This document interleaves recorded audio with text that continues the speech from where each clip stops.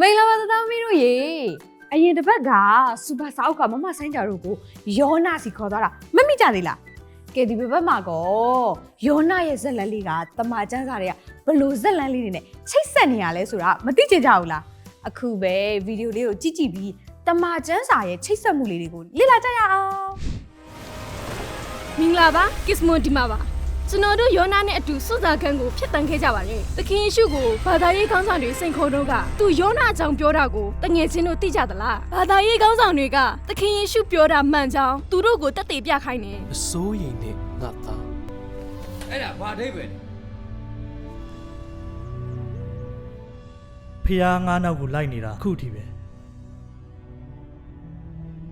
သခင်ယေရှုကကားတိုင်ပေါ်မှာသူ့အသေးခံပြီးဂူထဲမှာတုံရမြောက်နှံခံမဲ့အကြောင်းကိုပြောပြခြင်းဖြစ်ပါတယ်။ငါးကြီးဝမ်းမိုက်ထဲကနေယောနာကဖျားရှင်တန်ဆုတောင်းတဲ့အခါသူ့ကိုယ်သူမရဏနိုင်ငံရဲ့ဝမ်းမိုက်ထဲကနေဆုတောင်းတယ်လို့ပြောပါတယ်။မရဏနိုင်ငံဆိုတာတည်နေတဲ့နေရာဖျားရှင်နဲ့ခွဲခွာနေတဲ့နေရာဖြစ်ပေမဲ့သခင်ယေရှုရဲ့အသေးခံခြင်းအတွက်အခြားအမှတ်သားရှိသေးတယ်။တိုင်းတဘိုးတွေရဲ့အောက်ခြေမှာနစ်မြုပ်ခြင်းကိုခံရပါသို့တော်လဲကျွန်တော်ရဲ့ဖျားသခင်ကိုတော်ဟာတင်မင်းလက်မှကျွန်တော်ကိုကယ်ဆယ်ပါတယ်ကိုတော့ကျေးဇူးတော်ကြောင့်သာကယ်တင်ခြင်းကိုခံရပါယောနာကငါးကြီးဝမ်းမိုက်တဲကထွက်လာသလိုသခင်ယေရှုကလည်းသေခြင်းကရှင်ပြန်ထမြောက်ပြီးတင်းချိုင်းဂူထဲကနေထွက်လာခဲ့ပါတယ်ယောနာအကြောင်းကသခင်ယေရှုကိုအရေးပါတဲ့အခြားနည်းလမ်းနဲ့ဖော်ပြနေပါတယ်ယောနာရဲ့ယံသူတွေကိုတတိပေးဖို့သူ့ကိုစေခိုင်းခြင်းခံရပါတယ်ငါ့ကိုနီးနေဝင်းမျိုးကိုသွားခိုင်းတယ်အဲ့ဒီမျိုးကလူဆိုးတွေမကောင်းတာလုပ်တဲ့သူတွေဘုရားသခင်လူတွေကိုလည်းတတ်တယ်ဘုရားသခင်ကသူတို့ပြစ်စီရင်ခြင်းကလွတ်ချင်ငါ့ကိုတတိပေးခိုင်းဘာလို့တတိပေးရမှာလဲသူတို့နောင်တရပြီတောင်းပန်နေဆိုရင်လည်းဘုရားသခင်ကသူတို့တနာအောင်မယ်ငါပြောလိုက်တယ်မပြောနိုင်ဘူးလို့မင်းတို့ရဲ့ယံသူကိုဖျားရှင်ကကောင်းကြီးပေးခြင်းသလားဒဏ်ပေးခြင်းသလားယောနာကသူ့ယံသူတွေကိုဒဏ်ပေးခံစေခြင်းတယ်ဘာပဲဖြစ်ဖြစ်ဖျားရှင်ကလူတွေစဉ်းစားတယ်လို့မစဉ်းစားပါဘူး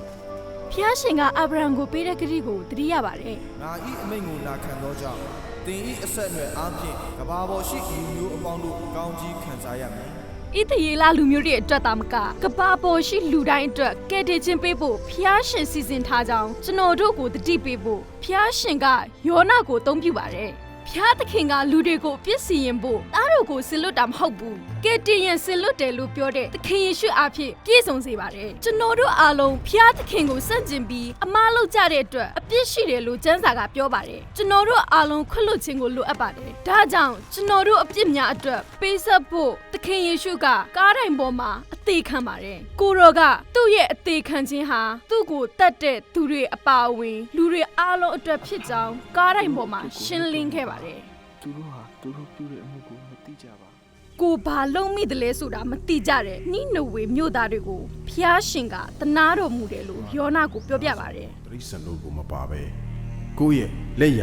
လက်ဝဲလက်ကိုတော့ပိုင်းချမသိနိုင်နဲ့လူတသိန်းတစ်တောင်းမကများတဲ့နိနေဝေမြို့ကြီးကိုငါနှမျောတင်နေမဟုတ်လောဖျားသခင်ထံမှယောနာထွက်ပြေးတုန်းကရုပ်ပေမြို့မှာတင်မိုးတစည်းကိုတွေ့ပါတယ်။နောက်နှစ်ပေါင်းများစွာကြာတဲ့အခါသခင်ယေရှုအကြောင်းသတင်းကောင်းကိုဂျူးလူမျိုးရောဂျူးလူမျိုးမဟုတ်တဲ့လူတွေကိုပါပြောပြဖို့ဖျားရှင်ထံကယူပါယုံကိုတမန်တော်ရှင်ပေါလုကအဲ့မြို့မှာပဲရရှိခဲ့ပါတယ်။ရှင်ပေတရုစတင်ခဲ့တဲ့တကဘာလုံးအားသတင်းကောင်းမျှဝေခြင်းကိုရှင်ပေါလုကဆက်လက်လုပ်ဆောင်ခဲ့ပါတယ်။သခင်ယေရှုက